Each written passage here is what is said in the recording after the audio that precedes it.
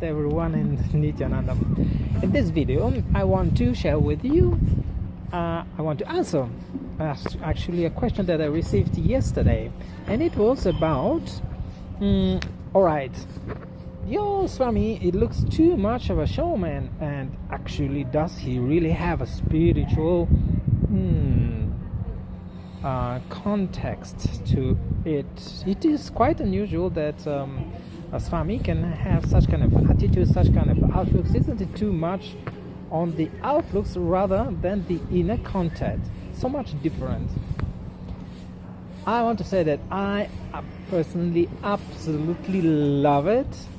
This is one of the things that attracted me to him.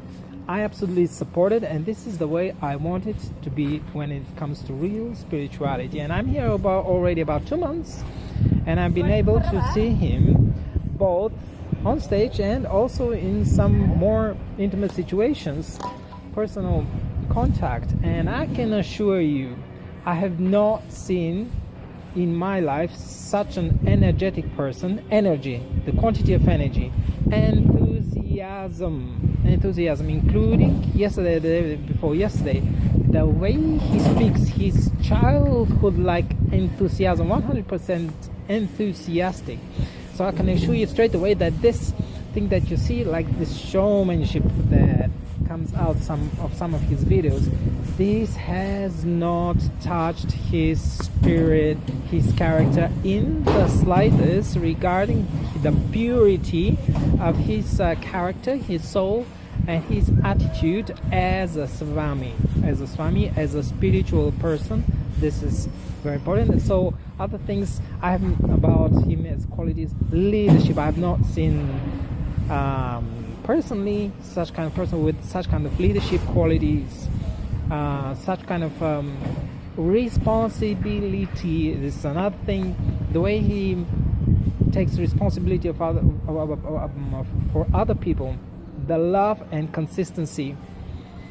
These are just named several qualities that I have not seen together in one person till now in my whole life, and I feel so blessed, happy, and privileged to be here. That this is it. Okay, so now back to topic. Now whether you see me this way, all right, or whether you see me this way, am I the same? Am I the same? All right, so let's say this is my showmanship, one side of me, and this is the other side of me. I'm modest. I'm down to earth. Guys, this is one and the same person with different perspectives. So we all like to have good perspectives. And if something is spiritual, it sooner or later has to have outer expression that this is it. It is like a tree. You have the seed, you plant it, now the seed grows roots down in the ground. For me, this is spirituality. This is something that the eye cannot see and the ears cannot hear, but this is required by spiritual people. This is something that distinguishes spiritual people. They know spirituality. They know things that are not seen by the eyes and not heard by the ears, not detected by the senses, but are matter of knowledge. So if you know this thing, the way of gardening, the way the plants grow, you can plant it on the right place, plant it on the right soil, and it will give great, abundant results. You can have a wonderful garden, you can have a wonderful woods, you can create a whole jungle. In India, there are such people that have created whole woods during their whole lives, and years they have planted trees. But so the roots, they grow down. This is spirituality. Then sooner or later you will have results on the surface. Now the eye can see, now the ear can hear, now the senses, now I can touch the tree with the hands. So the deeper the roots go, the higher the tree grows. So sooner or later this kind of spirituality has to have outer expression. Actually now I remember a book, Conversations with God. Conversation with God. There are 3 books from this series, and in one place the author of this book, he had this contact with this spirit that he calls this God. And God told the author, if you want to be to create some kind of movement, you want to have a spiritual message to people, because this guy was living in America, go and create a rock and roll band, or do something that is like a showmanship. And he was surprised, why you, a person who has spirituality, will go and make a rock and roll band, make a show? Because you touch the emotions of people, you get the message. This is important. You give an essential message. So let's say you have this song, and it touches the heart, it touches the soul of people. It makes you cry, it makes you laugh, it makes you energetic, it makes you enthusiastic, it makes you dance. So this is something spiritual, isn't it? So this is spiritual message given in a language that is the same language that touches, that reaches the people. That reaches the people. So I absolutely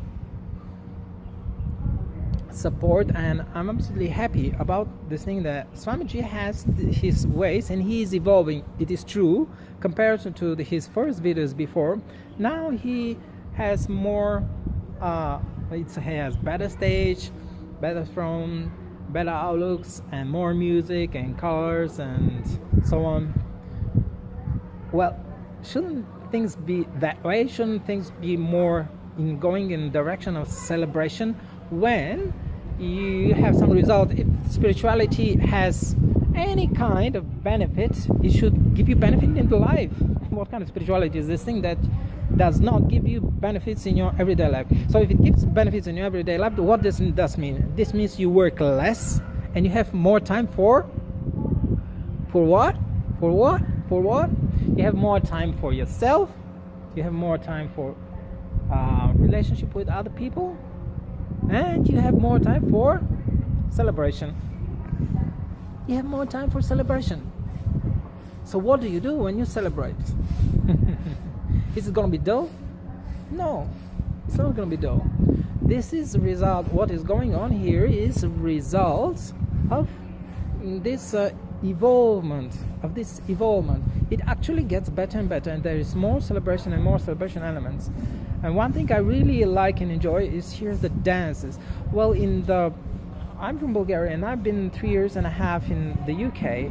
Well, in this civilized world, you need to work and to deserve your right to dance.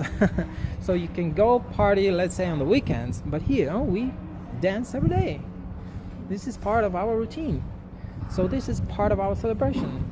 And the music is wonderful, the colors are wonderful, the atmosphere is the celebration atmosphere.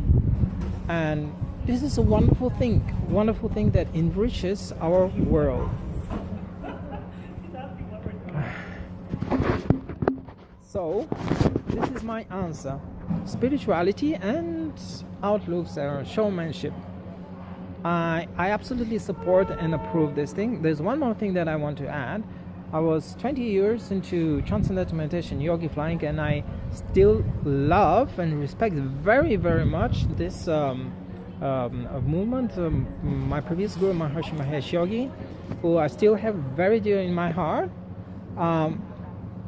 This movement, they have succeeded to make a whole series of scientific research regarding the beneficial effects of spirituality, meditation, and yogi flying. And there are 700 researches done, the record number of research done on any kind of meditation in the world. Well, there are only about 5 to 7 million people in the world meditating. How many schools are there implementing this wonderful technique? It's comparatively very small number of schools, and this is there is this wonderful spiritual effect from a very small amount of people practicing together meditation on the yogi flying together on one place. So there are 50 scientific research that prove that when square root of 1% of the population practices this TMCT program, yogi flying program together in one place, they reduce the number of car accidents, of diseases, crime rate. So positive trends take over the negative trends. You have a clearly set positive trend in society. Well, this thing has not been implemented by any government yet for about 30 or 40 years. Why? Because people are not that interested in science, in spirituality. It is simple. People are not interested. I got this thing myself because I was translating all kind of scientific researches, and I was doing websites and so on, and I was speaking to other people. They're not interested. And one day I thought, well, what are people interested in? A few days afterwards, I saw the first series that came on our TV in Bulgaria, Big Brother, and I saw a lady that was on the TV, and she was applying for this show, and on her there was this label showing her number, and her number was something like 63,525, something like this. And there were only about 10 to 15 places in this house, so I calculated there are about 4,000 and something people applying for one place. Imagine, this is not a university. Like university, you might have 5, 10, 20 people applying for one place, and then you might have a very, very valuable job. That there might be 10, 20, 30, 50, 100 people applying for this one job. But here we have thousands and thousands of people applying for what? For show. Applying for show. To be part of the show. So this is something that people are interested in, and Swamiji sees this thing very, very well. He wants to give his message, which is purely spiritual. Not only purely spiritual, it gives so much beneficial effects on the life. It raises life on a so much higher level. But he interacts with people, and when he interacts with people constantly, he sees what they're interested in. He simply evolves and tries to give in a way that people would accept most easily his message.